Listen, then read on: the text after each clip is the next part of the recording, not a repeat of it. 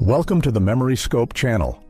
Be sure to subscribe so that you don't miss out more videos like this one. A young schoolgirl, photographed amid the formality of a May Day demonstration in Lviv in 1968, stands as a quiet reminder that history's largest moments are always witnessed through the smallest eyes.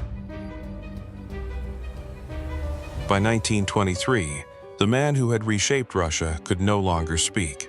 And this final photograph shows Lenin seated in a wheelchair, mute and paralyzed, flanked by his sister and his doctor, the revolution he built now continuing entirely without him. In the summer of 1939 at Nassau Point, New York, Albert Einstein sat beside his friend David Rothman, wearing the white sandals he had just purchased for $1.35 after his accented request for sandals had briefly baffled the shopkeeper. At 4:31 in the morning on June 22, 1941, an unauthorized photograph captured the precise moment Stalin learned that Germany had launched its invasion of the Soviet Union, an image the editor ordered destroyed but which survived regardless. 4 months after the atomic bomb fell on Hiroshima, photographer Alfred Eisenstadt documented a mother and child amid the devastation.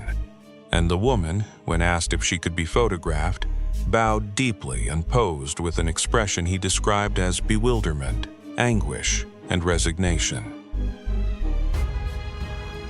Somewhere in the 1970s, children play on a neighborhood playground, their ordinary afternoon preserved in a photograph that now quietly holds the texture of a world that has since slipped out of reach. Among a group of young boys photographed in 1937, one small figure with a lollipop would grow up to become Fidel Castro, though nothing in this moment suggests what history had waiting for him. In 1918, in Luverne, Minnesota, German-American farmer John Meintz was tarred and feathered by his neighbors during the First World War, accused of failing to support war bond drives, his suffering a testament to how fear can turn a community against its own. In 1943, 21-year-old Sophie Scholl was convicted of high treason in Germany after being caught distributing anti-war leaflets at the University of Munich alongside her brother Hans. And within days of her conviction, she was executed by guillotine.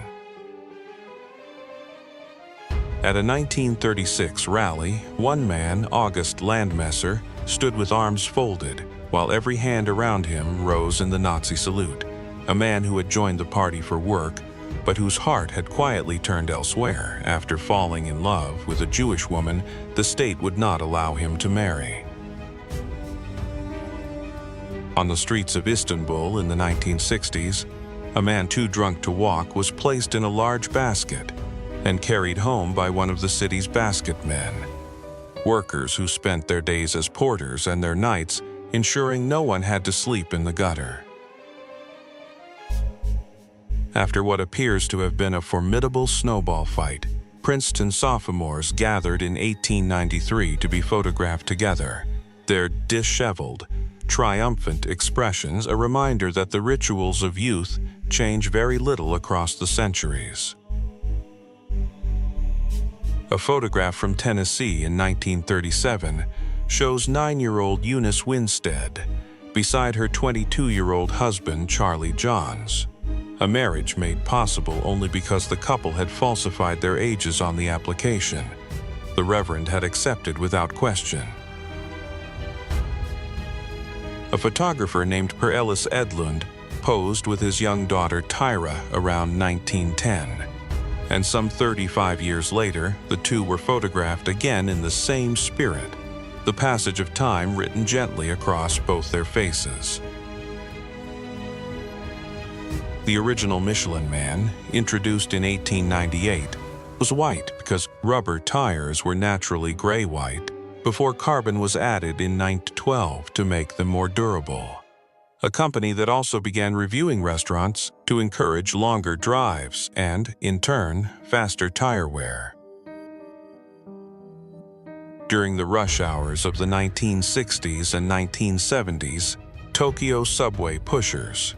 formerly called passenger arrangement staff, compressed commuters into trains that by 1975 were reportedly packed to 221% of their designed capacity. In April 1985, a Royal Air Force tornado intercepted Concorde over the Irish Sea, long enough for photographer Adrian Meredith to capture the only known image of the aircraft flying at supersonic speed. A rendezvous that lasted just 4 minutes before the tornado's fuel ran out.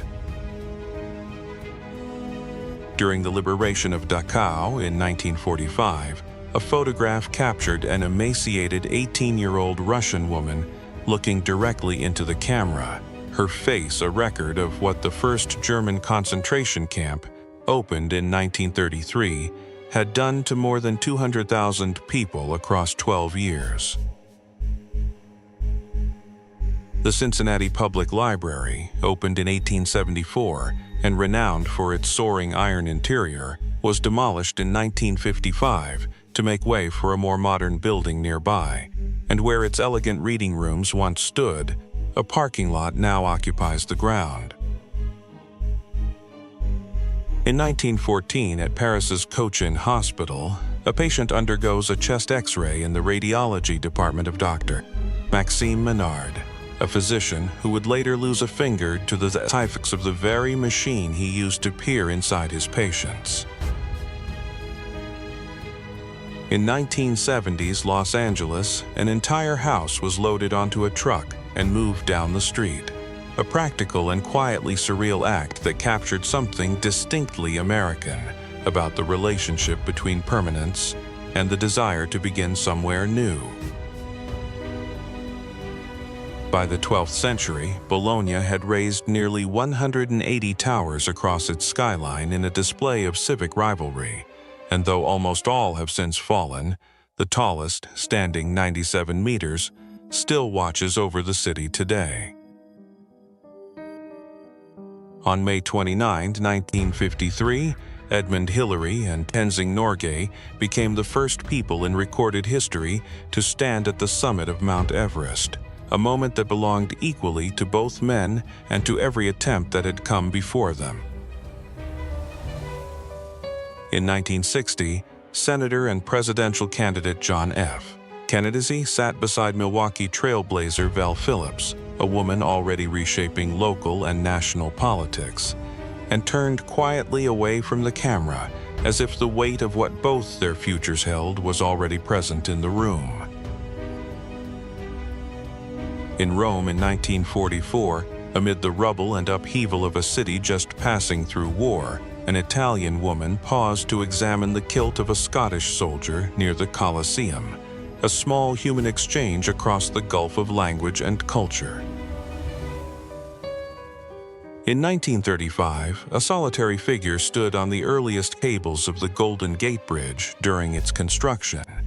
the span stretching out beneath him above San Francisco Bay, the finished bridge still 2 years away from carrying its first crossing. A photograph taken in Bombay in 1958 shows a young Farrokh Bulsara, who would later take the stage name Freddie Mercury, before any of the fame that would eventually make his face one of the most recognizable in the world. General Patton, photographed after reprimanding his tankers for adding unauthorized weight to their Sherman tanks, stands with the stern authority of a commander for whom every detail of war was a matter of life and outcome. In 1945, Manhattan Project physicist Harold Agnew held the plutonium core of the Fat Man atomic bomb in his hands, an object that within days would detonate over Nagasaki and kill tens of thousands of people in a single moment.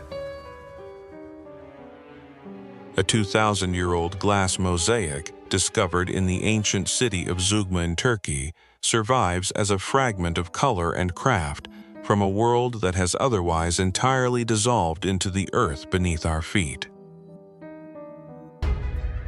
At Balmoral Castle in 1896, Queen Victoria sat at the center of an extraordinary family gathering that included her son, the Prince of Wales, Tsar Nicholas II of Russia, and the Tsarina Alexandra holding their infant daughter, the Grand Duchess Olga, a dynasty at its fullest before the century ahead dismantled it entirely. During the first half of the 1930 FA Cup final at Wembley Stadium, the German airship Graf Zeppelin drifted low over the crowd below, an almost impossible image of two worlds, sport and spectacle, briefly sharing the same sky.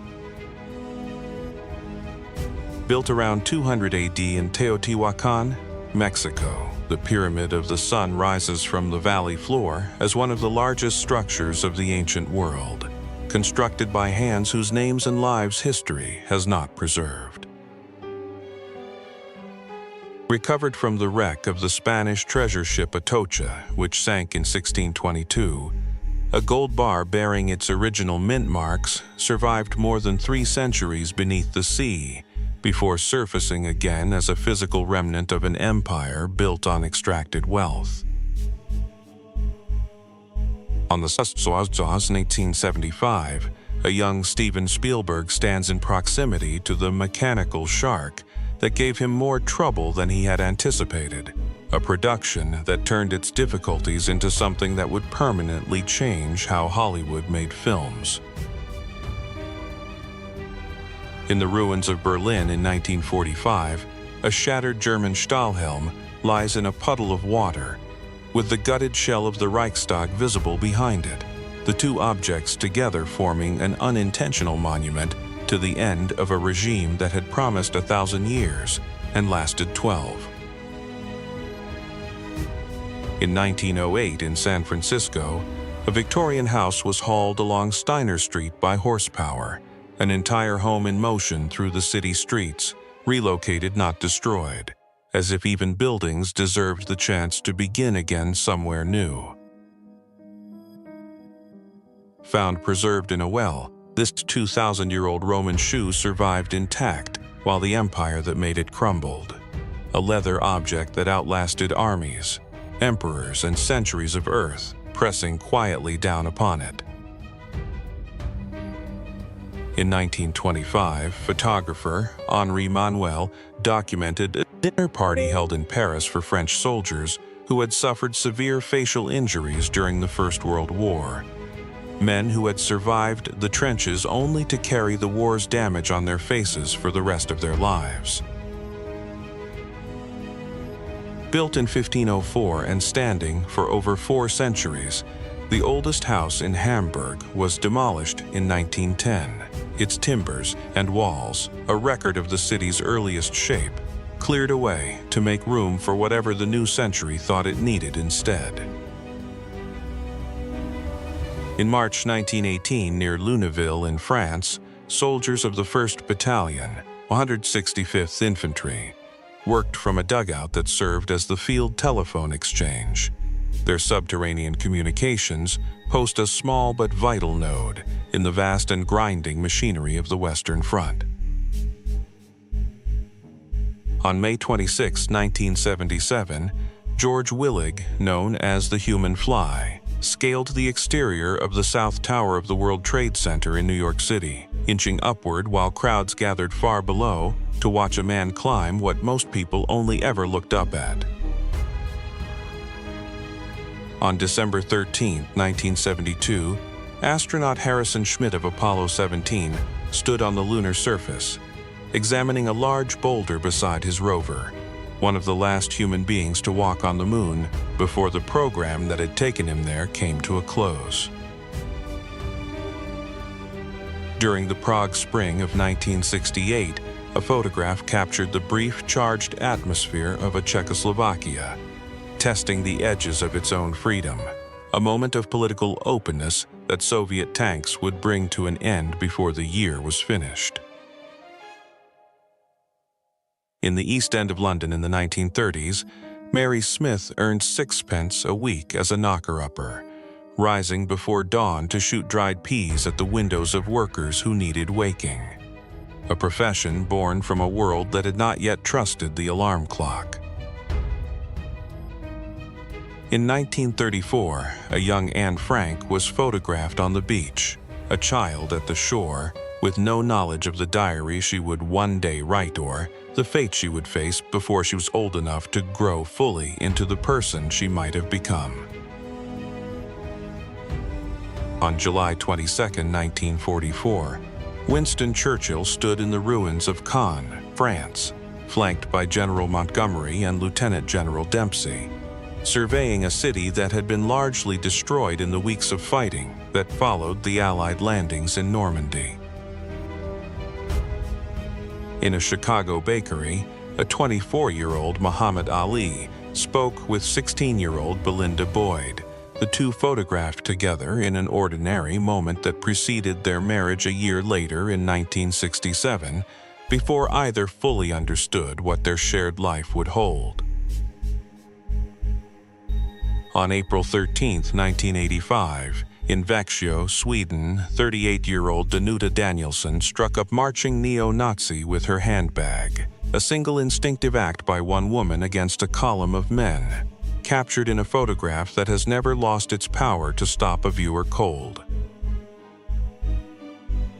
From 1894 onwards, Otto Lilienthal flew his own glider designs, having proved through careful study of bird flight that curved wings were essential to the science of lift, making him the first person to demonstrate successfully that sustained human flight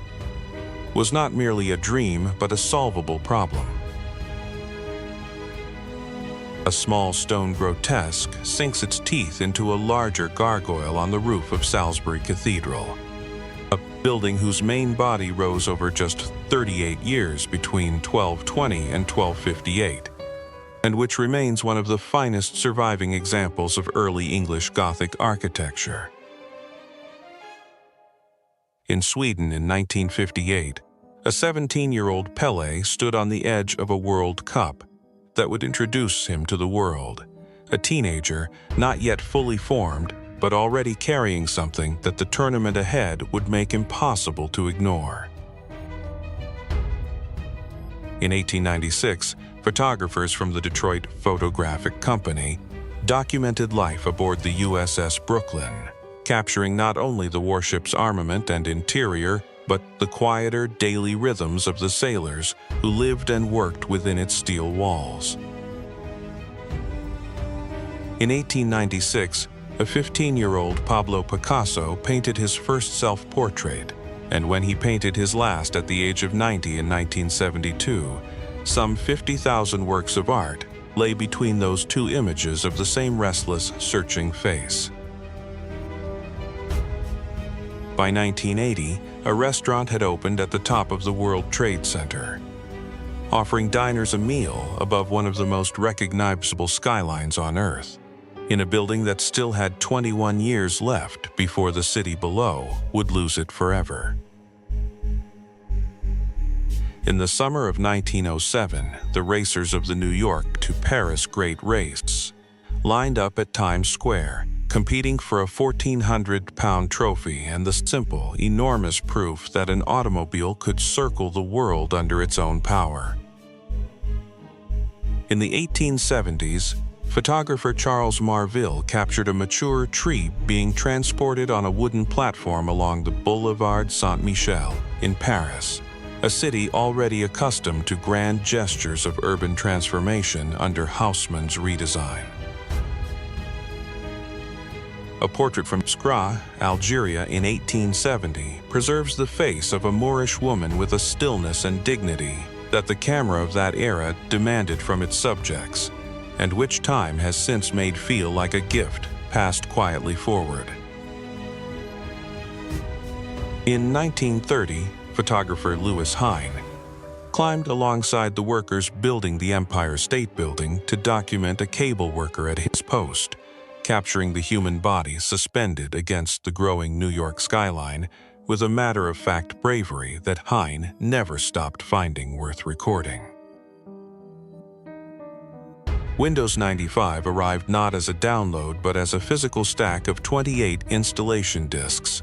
a reminder of how recently the software that reshaped personal computing had to be carried home in a box and fed into a machine one disc at a time.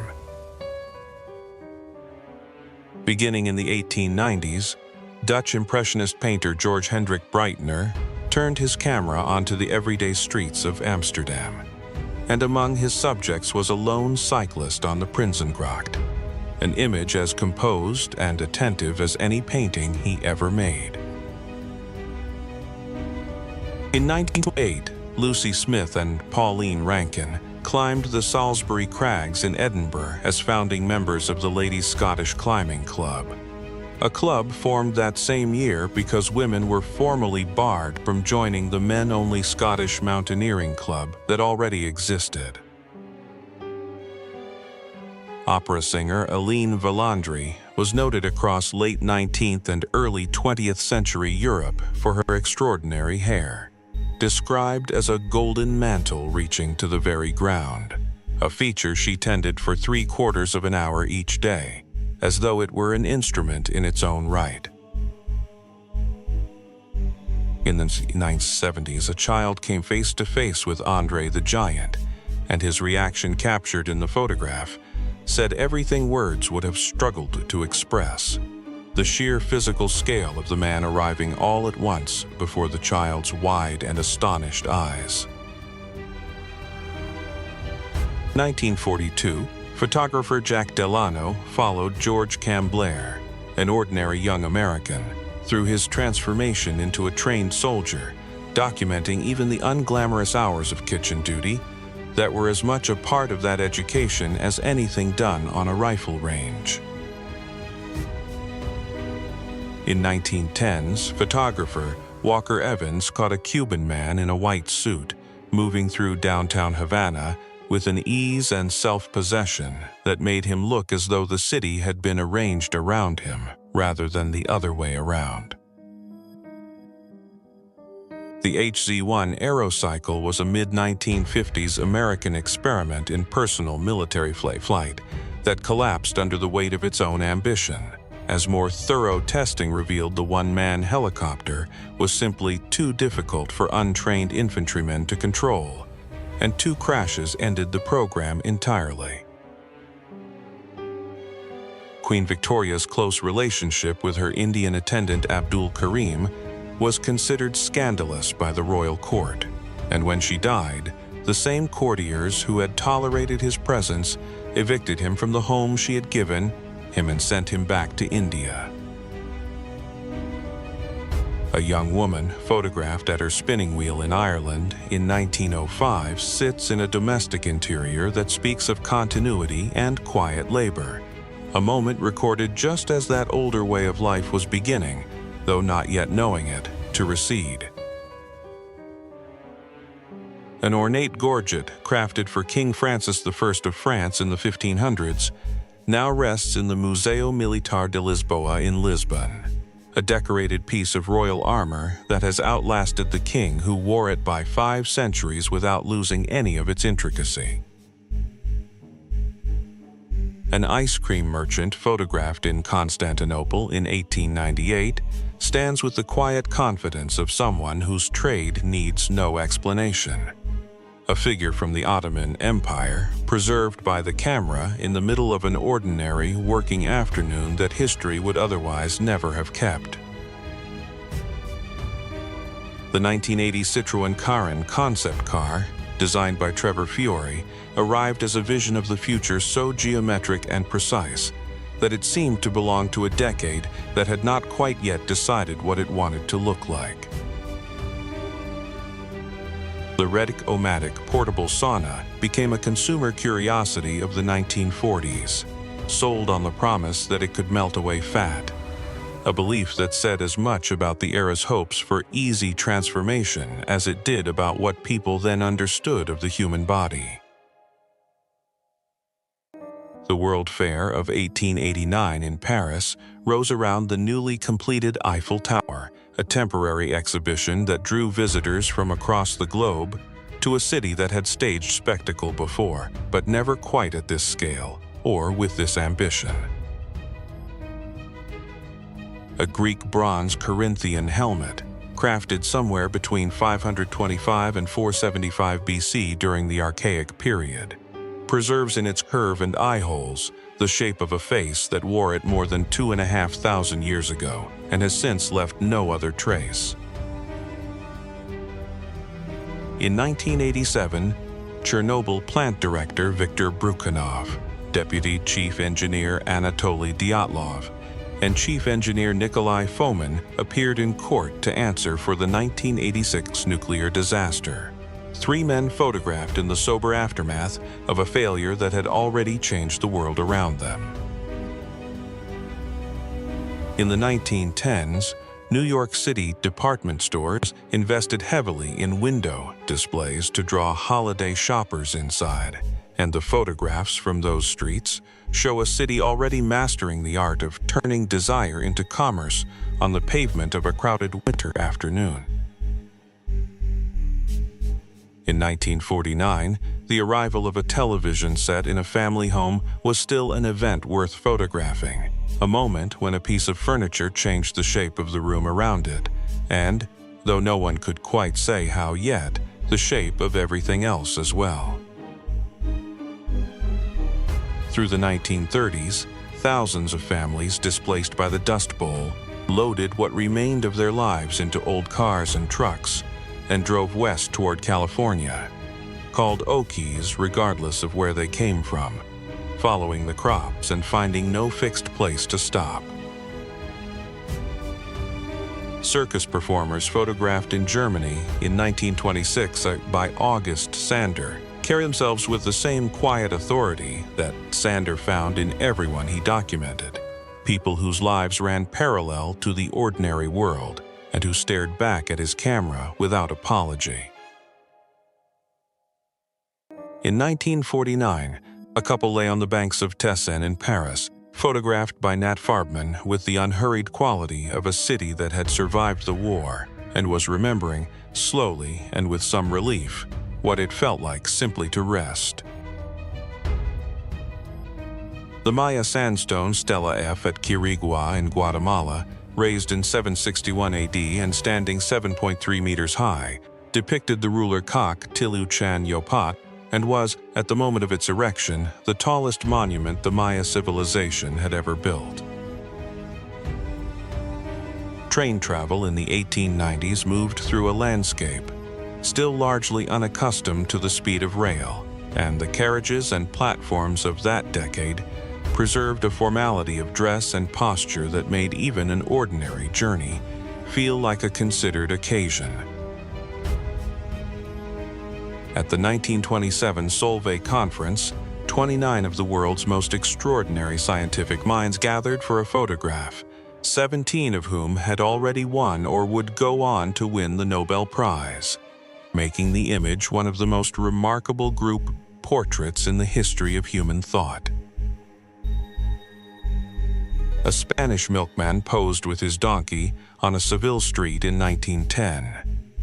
The two of them standing together with the easy familiarity of working partners who had long since settled into the daily rhythm of the city's early morning rounds.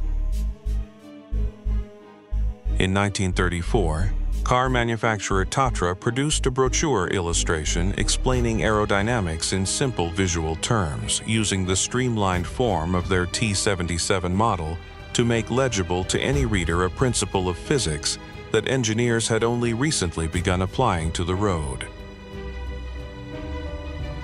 In 1904, a worker oiled the running gear of a Michigan Central Atlantic locomotive. A close and careful task performed amid steam and iron that kept the machinery of a continent's rail network moving one lubricated joint at a time. French street fashion of the 1910s carried forward the romantic softness of the decade before it, with puffy chests, small waists, long skirts, and an abundance of lace and pale color that framed the body in a language of delicacy that the coming war would quietly bring to an end. In Tokyo in 1935, soba noodle delivery men stacked towers of lacquered boxes on their shoulders and navigated the city's busy streets by bicycle, a feat of balance and spatial awareness that no written instruction could have fully prepared anyone to perform.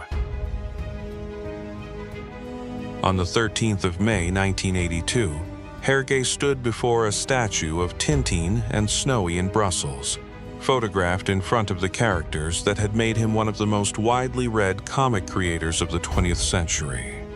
The boy reporter in bronze and the man who invented him side by side. Around 1900 in Finnmark, Norway, Sami people were photographed in the northern landscape their culture had inhabited for generations. A portrait of a community whose way of life was already beginning to attract the documentation of outsiders who sensed it might not last.